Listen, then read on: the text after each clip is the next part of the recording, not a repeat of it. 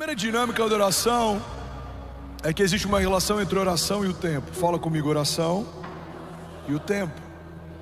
Eclesiastes 3 diz que há um tempo e uma ocasião determinada para cada propósito debaixo do céu. O fato de Deus não responder a sua oração no tempo em que você espera que Ele responda não significa que Ele não tenha respondido. Talvez a sua resposta só não tenha chegado. A Bíblia diz que Daniel está orando, dias depois chega a sua resposta. Olha para mim e pega isso aqui. Então o anjo se apresenta para Daniel e fala: Daniel, desde o dia em que você orou, o Senhor enviou resposta,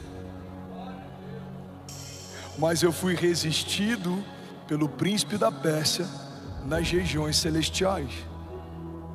Ou seja, dias depois a resposta chega, mas desde o dia em que Daniel clamou, a resposta foi enviada.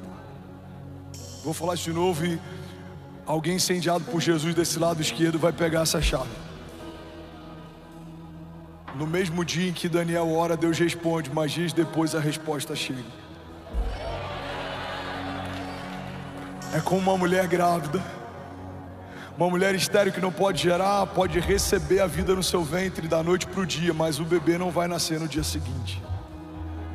Você precisa esperar o tempo da gestação. Sabe, o fato de você não tocar ainda em alguns milagres não significa que eles já não sejam realidade. Deus já enviou algumas respostas, Deus já respondeu algumas dúvidas e inquietações, Deus já está movendo algumas realidades, Deus já está abrindo algumas portas. Irmão, eu creio que enquanto a gente está aqui, Deus já está curando algumas enfermidades, Deus já está visitando alguns ventres. Vamos, eu quero profetizar sobre alguém.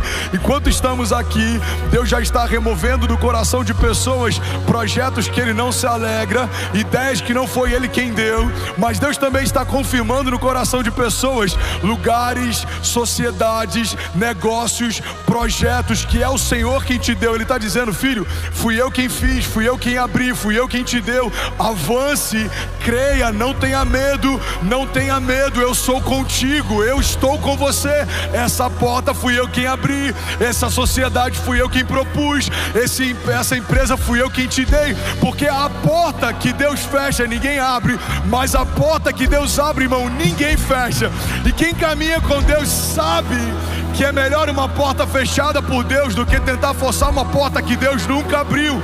É melhor você ter algo que Deus retirou de você do que tentar retirar de Deus algo que Deus disse que não é mais para esse tempo. Tem lugares que você amava estar, Deus mandou você sair, você não sabe por quê, mas você não ouvia conversas que Deus ouviu, você não viu coisas que Deus viu. Tem lugares que você amava estar, pessoas que você queria com você, mas o próprio Deus retirou.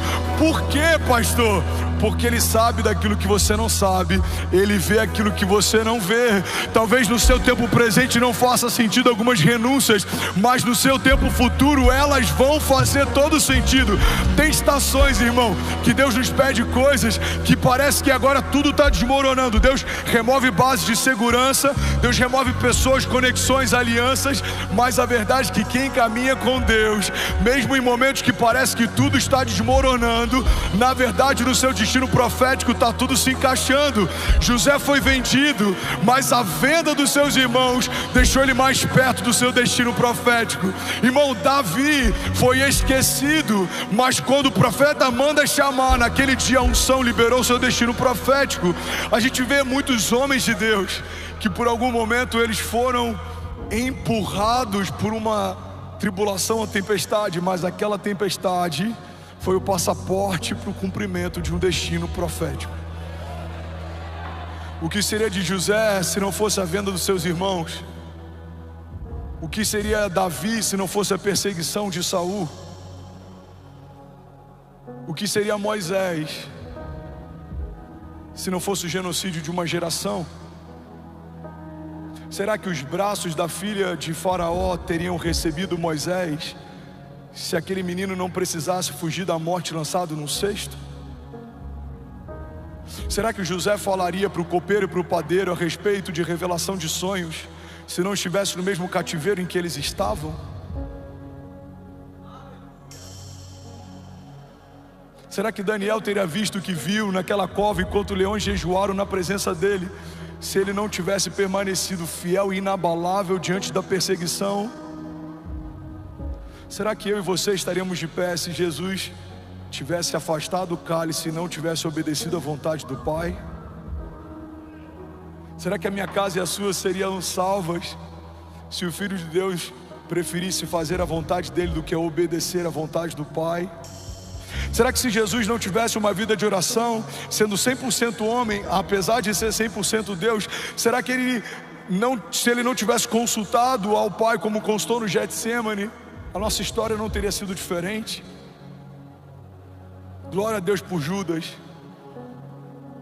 e pela sua traição liberou o destino profético de toda a humanidade. Glória a Deus pela venda dos irmãos de José e pela forma como eles passaram a resisti-lo, empurraram José para o seu governo. Glória a Deus pelo cesto que carregava Moisés no rio.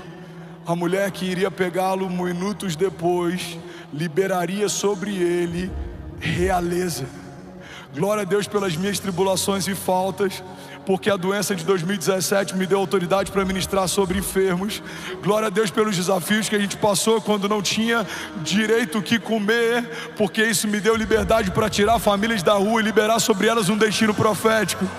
Glória a Deus pelas perseguições ministeriais e homens fortes que tentaram apagar o meu nome, porque eu permaneci fiel e o próprio Deus soprou o meu nome em lugares em que alguns desses homens não têm mais acesso, não podem entrar. Glória a Deus, irmão, pelas lutas e tribulações que, como Paulo diz, são leves e momentâneas, mas elas estão gerando em nós uma glória eterna que pesa mais do que todas elas.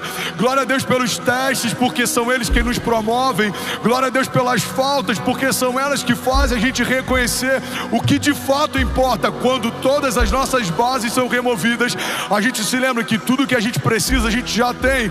Jesus, o autor e consumador da nossa fé, Ele é poderoso para restituir o que foi roubado. Ele é poderoso para te dar o que tentaram tirar de você.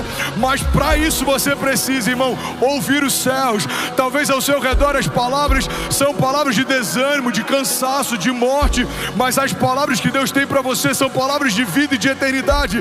Talvez alguém perto de você vai dizer: 2024 é o ano mais desafiador da nossa empresa, mas alguém que ouve os céus precisa se levantar e declarar: não, 2024 é o ano de aceleração sobrenatural.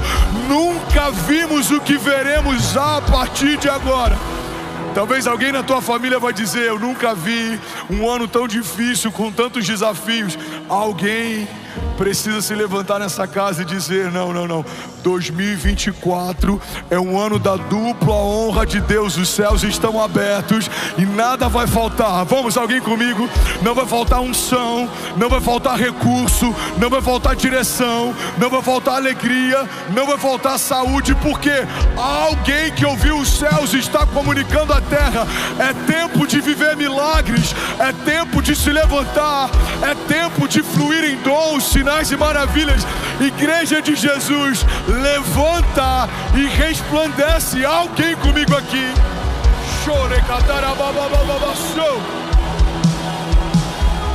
Aleluia, aleluia. Vamos, se for para Jesus, você pode fazer melhor. Aleluia. Você vai chegar na sua segunda-feira, quando você ouvir algo que não coopera com o que Deus te falou, você precisa combater o que ouviu. Irmão, eu acho que a gente vai precisar fechar. Por quê? As contas não estão fechando. Deixa eu ver. Deus te deu uma palavra? Deu. Então faça sonhos maiores do que você tinha antes da crise. Porque se foi Deus quem te deu essa empresa, é Ele quem vai fazer ela superar qualquer tribulação.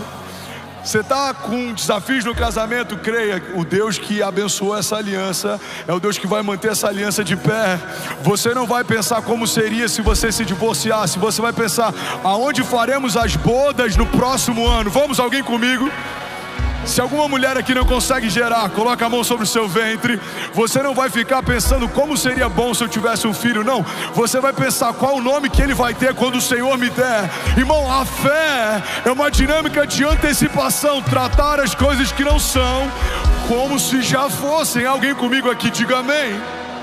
Levante suas mãos, declare com autoridade: diga: Pai, eu creio que há poder no nome de Jesus. Diga: eu creio que há poder em toda palavra que sai da boca de Deus a meu respeito. Diga: e a despeito do que o inferno está dizendo, eu carrego uma palavra de Deus. Diga: o Senhor não é homem para que minta, nem filho do homem para que se arrependa. Se Deus disse que vai acontecer, eu sei, no céu já aconteceu.